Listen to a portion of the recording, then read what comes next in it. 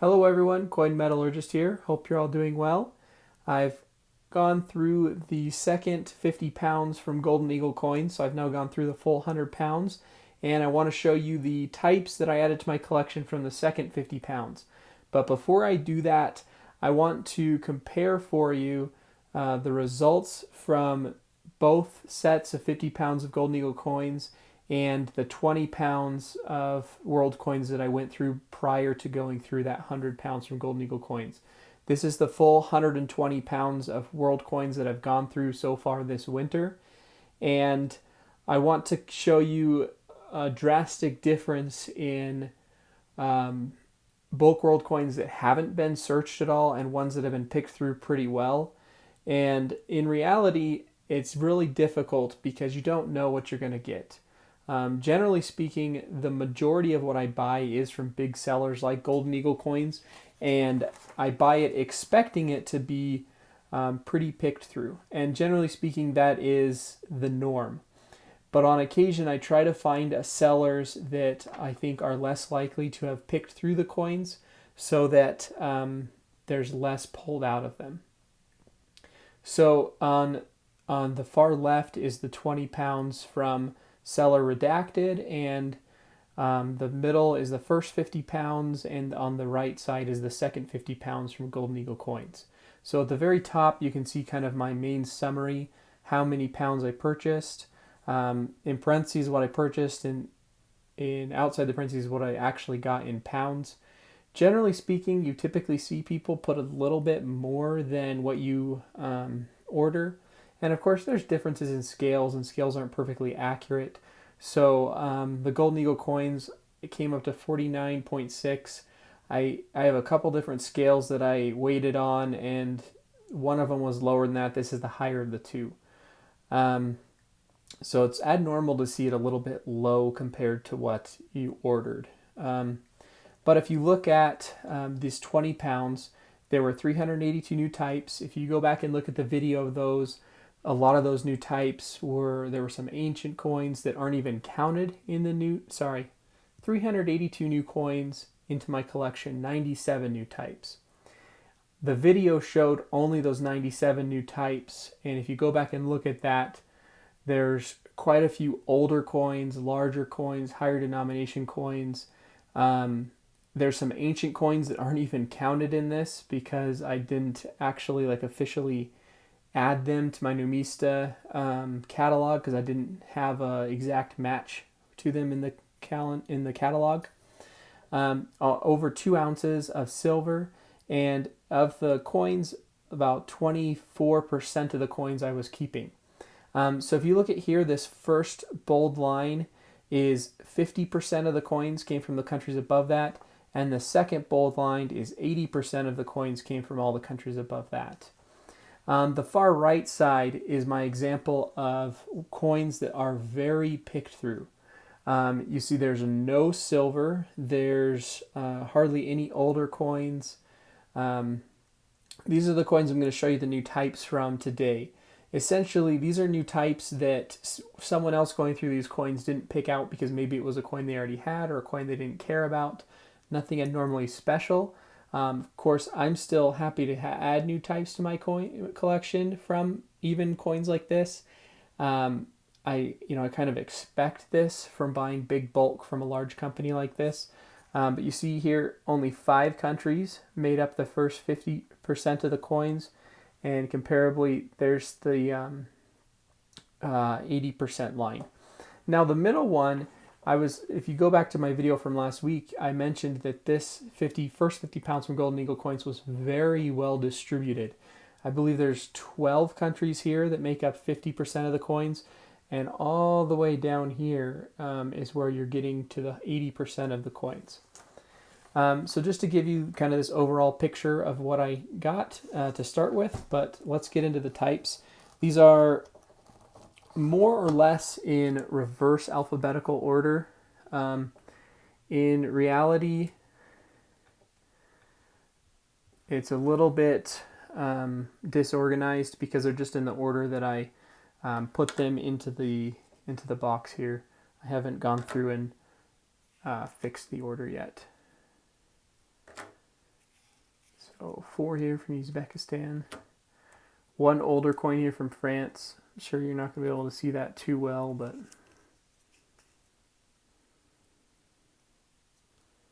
fairly worn. Yugoslavia. And again, these are coins that look very similar to like other types that I have in my collection. They're just ones I don't have yet. So of course I'm always happy to add new types.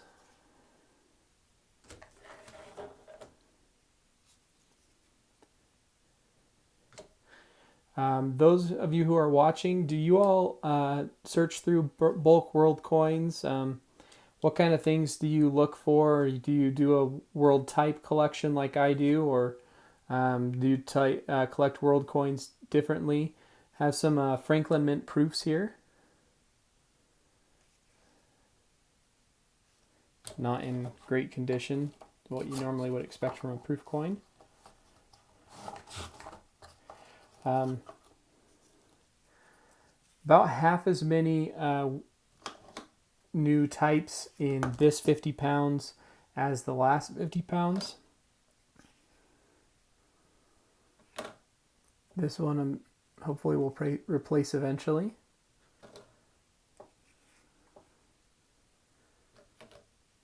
I liked this one. This was a nice one.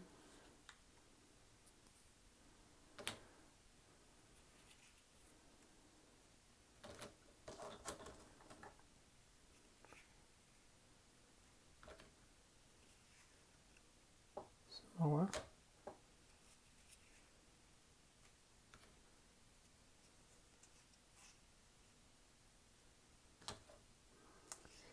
I really enjoy collecting the world coins and adding new types to my collection, so I'm always enjoying looking through the bulk world coins.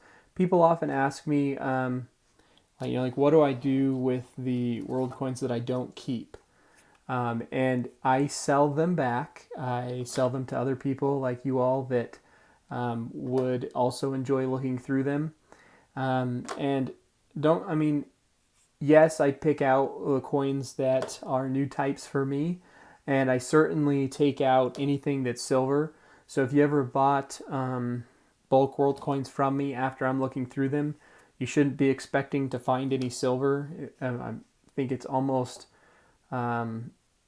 essentially not going to happen. But I'm able to gain back most of the money that I spend on those coins. So generally speaking, I try to pay $6 per pound or less for world coins where I'm not expecting them to be superior than to any general mix I could get from any kind of seller. Most big dealers, that's about their going price. Golden Eagle Coins, Steinmetz, lots of sellers on eBay are at that price when you're buying sufficient quantity. Certainly if you buy really high quantity, you can get lower price than that. I've seen as low as $4.50 recently if you're buying 1,000 pounds at a time, I think it was. And of course, I've never bought in that high of quantity. 100 pounds at once is the most I've ever done from one seller. And the cheapest I've ever gotten bulk world coins was $2.50 a pound for 50 pounds. Now even that seller, the price I get from that seller now is $5 a pound. And so I don't think anywhere you can get it that cheap anymore. I do on occasion buy these lots from sellers that will be, I've bought lots that are pre-1959, and I've also bought lots from a different seller that are pre-1970.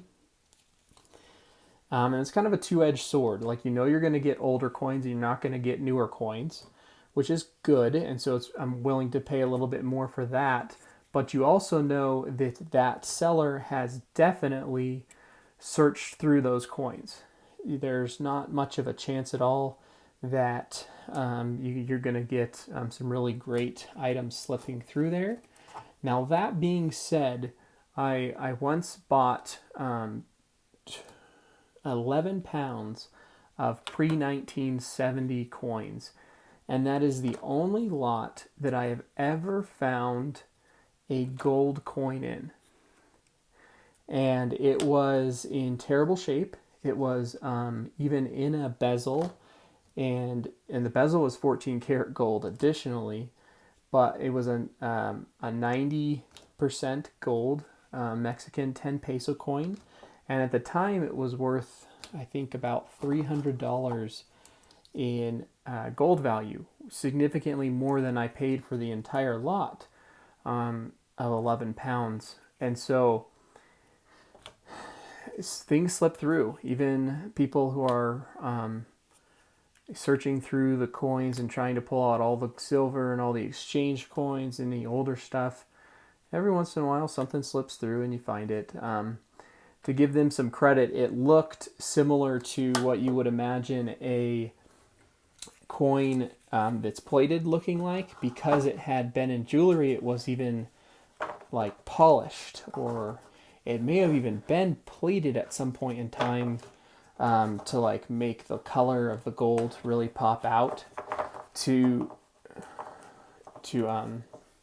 mean, it's jewelry. They're not wearing the coin for the coin value. They're wearing the coin for the kind of how it looks. And I think most people that wear like a gold coin around their neck probably wouldn't do that.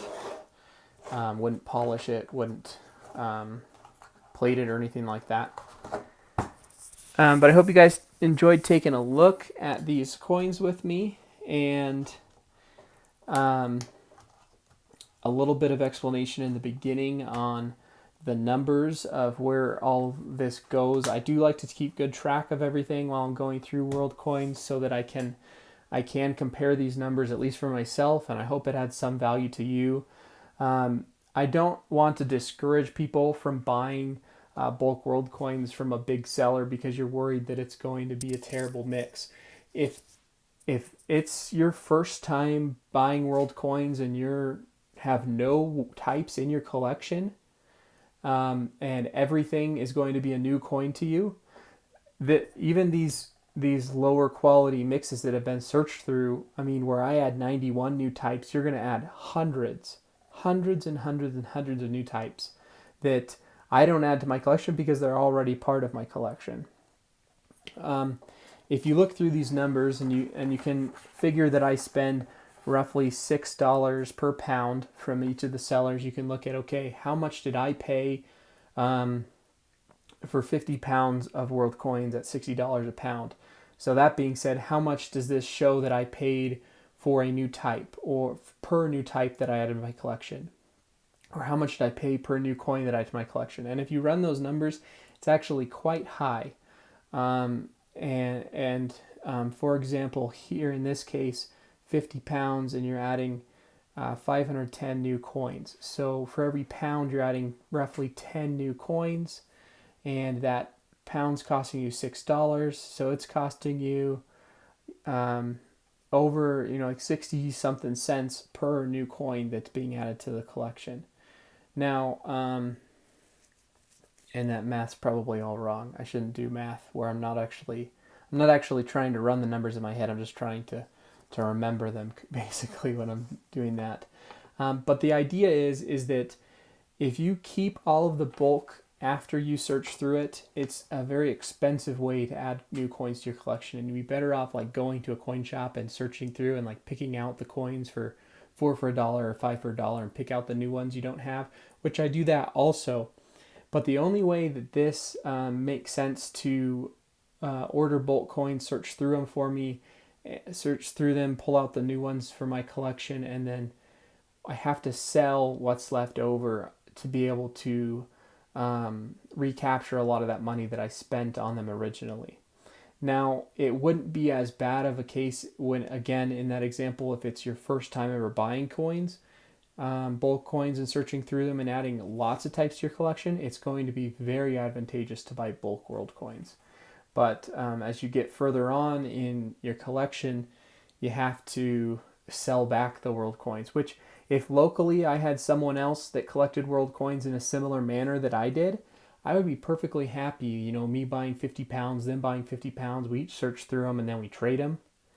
That would be great, to be able to have some type of, and then I'll search through the ones they already searched through and they'll search through the ones I already searched through.